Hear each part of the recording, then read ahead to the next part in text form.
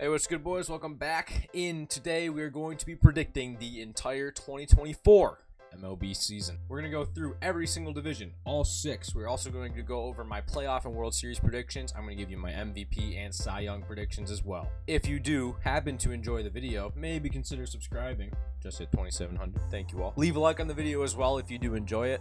Let's get into the video. And if you want to see any of these teams or players go perform on the field during the season, make sure you use code SENTRY17 on SeatGeek to receive $20 off your first purchase. Okay, gentlemen, this is what we are looking at. You got my face. To the right of my face, you have what's going to be going on. I got the 1 through 5 for every division. We're starting the AL East. In 5th place, I have the Red Sox, unfortunately. I just don't think they're going to be very good. Their roster's not very good. The pitching scares me a lot, but I like Brian Bay. In 4th, I have the Tampa Bay Rays, which is not surprising, but like weird. Feels like they're gonna find a way to sneak into 3rd, but this roster's not good. This is the first time I can be like, this roster's horrible. Randy and Yandy are nice, but other than that, yeah, you get that ugly face from me. 3rd, I've got the Blue Jays, because I think the top 2 are kind of set in stone as who it's gonna be. I think the Blue Jays are a good team. I think that they have a strong chance of making the playoffs, so you'll see that one later. Number 2, I've got the Yankees. I think that we'll get to them, the Orioles. I think that they're a better team, but as for the Yankees right now,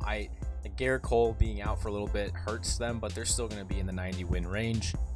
Orioles, they're young, they're dynamic, they're probably going to win another 100-game season just because they're set up to be great for a long time, and they've got a horse in Corbin Burns now. Let's head to the AL Central. In 5th place, it's kind of an obvious pick. It's the White Sox. This roster is just simply not very good. Luis Robert, I don't think he's extended. Like, he should probably look to get out of there. In 4th place, I've got the Guardians, because I think that they're the 4th best team in this division for sure. I think they've got certain talent in certain places, but there's kind of like a regression back to the mean that kind of has to happen for some of their players. Josh Naylor is really good. I want him to go somewhere where he's going to be electric and play in the playoffs. In 3rd place, I have the Royals. I wanted to put them higher, but to me, they're the 3rd best team in this division, and it feels like 3rd place kind of sits pretty perfectly. But they are trending in the right direction, and they spent a little bit of money this offseason. 2nd, I got the Tigers. I also wanted to put them higher. I want to put them in 1st place. I think they're going to win around 81 games this year because their roster is pretty mediocre.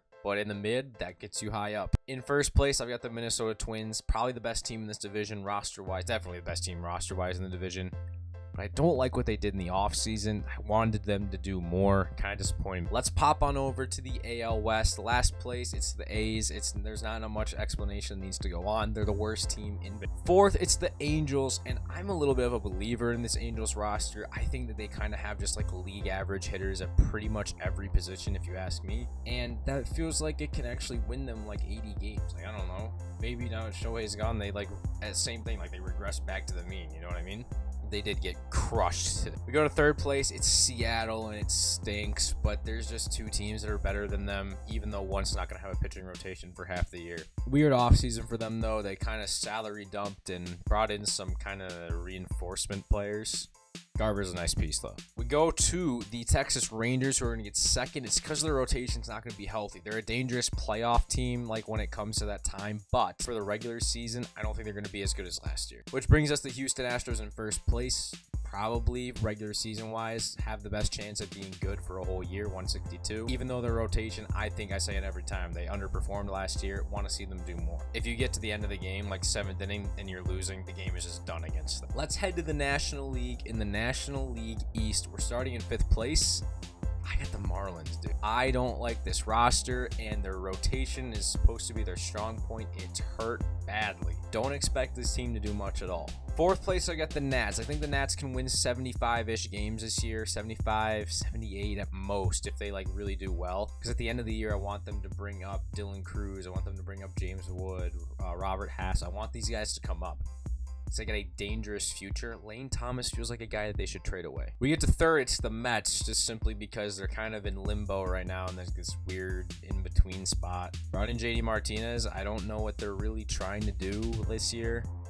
but they could win 82 games, 83 games if you ask me. Gets us a second, it's the Phillies, just because they're just not as good as the Braves. But the Phillies they could easily win 100 games this year. They probably are more apt than ever with a healthy team now. The Braves will win 100 games. Phillies, I'm thinking more like 92. Braves, unexplanatory, like they're just the best, probably the best roster in baseball. They're built to win 100 games every year. We get to the NL Central now. In 5th place, I've got the Brewers. This team's just not very good. I kind of hate that Rhys Hoskins is there. That's my boy. First MLB player I ever truly loved, Rhys Hoskins. That was fruity. We get to the Pirates. I think that they can be okay this year, but all in all, just not a very good roster. O'Neal Cruz, breakout star probably this year. We get to the Reds, and I think the Reds might just have the most average roster in baseball, just all in all. Young talent, but can they put it together? Their pitching is very middle of the pack, below average. The Cardinals are not going to be as bad as last year. I think that they'll get back to like an 85, 86 win pace, make a push at the playoffs. We'll see if I got them there. And then we get to the Cubs in 1st place. I think that this is the best roster in the division. I think that they've supplemented it nicely. Maybe a rotation piece needs to be gotten at some point, but overall, I think that they have the best roster. And then this one, for some reason, it didn't break up. You can just see the NL West here. Start at the bottom. The Rockies are the worst team for sure.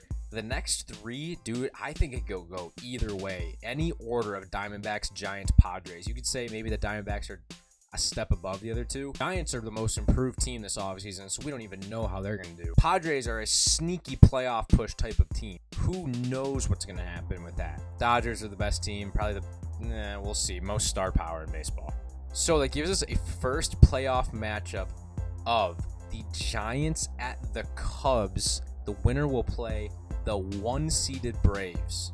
Excuse me, the 2-seeded Braves. This is the Giants in the 6th seed, the Cubs in the 3 seed.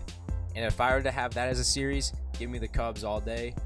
Especially at home, I don't think that this Giants team is built to win playoff series. When we get to that next matchup, it's the Cubs at the Braves. This one seems pretty easy. The Braves have to be the ones to win it. Finally get over their DS hump from the last 2 years, not playing the Phillies there. So we'll see. Then we go to the next side of the bracket. I have the 5 versus the 4, the Diamondbacks at the Phillies. And if it's 3 games in Philadelphia, it has to be the Phillies. No way you can let them come and win 2 more in your spot. Then we go Phillies Dodgers. It's like March Madness. You got to pick an upset. Phillies going to the NLCS. Yes, the Dodgers failing to exceed expectations. It's just kind of a fun pick. Get mad at me all you want. So let's get to the NLCS. It's the Phillies at the Braves. Now, the formula is changed for the Phillies because it's a 7-game set now, which is not in their favor. That hurts them. And for that reason, I have the Braves winning the series. I think the Braves are better suited to win the 7-gamer than the Phillies are. You go back to their 2022 run, every series they had, it was short. They were able to dominate. The NLCS, they won 4-1. Long series? I don't know. Let's hop to the American League,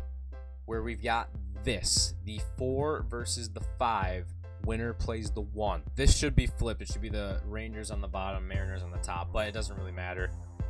So this series would be in Texas is the 4-5, and I have them winning that. It would be in Texas. Feels like the Mariners can't get over the wild card hump as well. Texas Rangers at Baltimore Orioles. O's have to get their revenge. The Dirty Birds finally come out on top, make it to the ALCS. Not happening again. Pop over to the other side of the American League bracket. The 6-seeded Phillies at the 3-seeded Twins. Winner playing the Astros. The Yankees do not lose to the Twins in the playoffs. The Yankees will be moving on. Another team that's kind of built more electrically to be a playoff series winning team. So that brings us to this next matchup. Yankees at Astros. Astros own the Yankees in the playoffs. It's not happening. Sorry. So that brings us to the ALCS now, where I have got the Orioles against the Astros.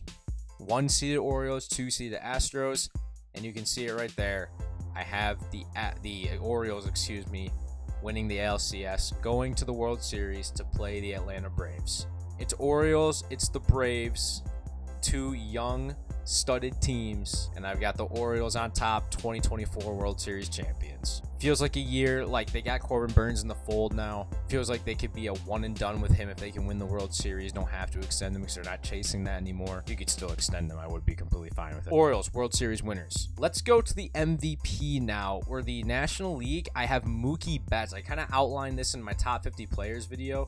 I think he's going to be the #1 player in baseball next year. Dynamic, moving to shortstop, could probably win a Gold Glove. I mean, he's just electric, and I think he's going to have a better year than Ronnie. The American side, I've got Juan Soto.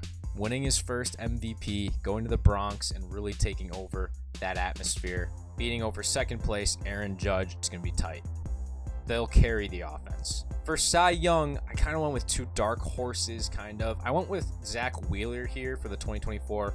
I think he should have won in 2021 over Corbin Burns. I thought that he had a better year. There's a reason he got extended like he did. It's because he's one of, if not the best pitcher in baseball. He's electric. And for the American League, I went with a very dark horse coming off an injury. I went with Tarek Skubal because he's disgusting and he can easily win a Cy Young. Let me know what you guys think about all of it down in the comments below. Thanks for watching. I love you all. Have a great day. Enjoy opening weekends.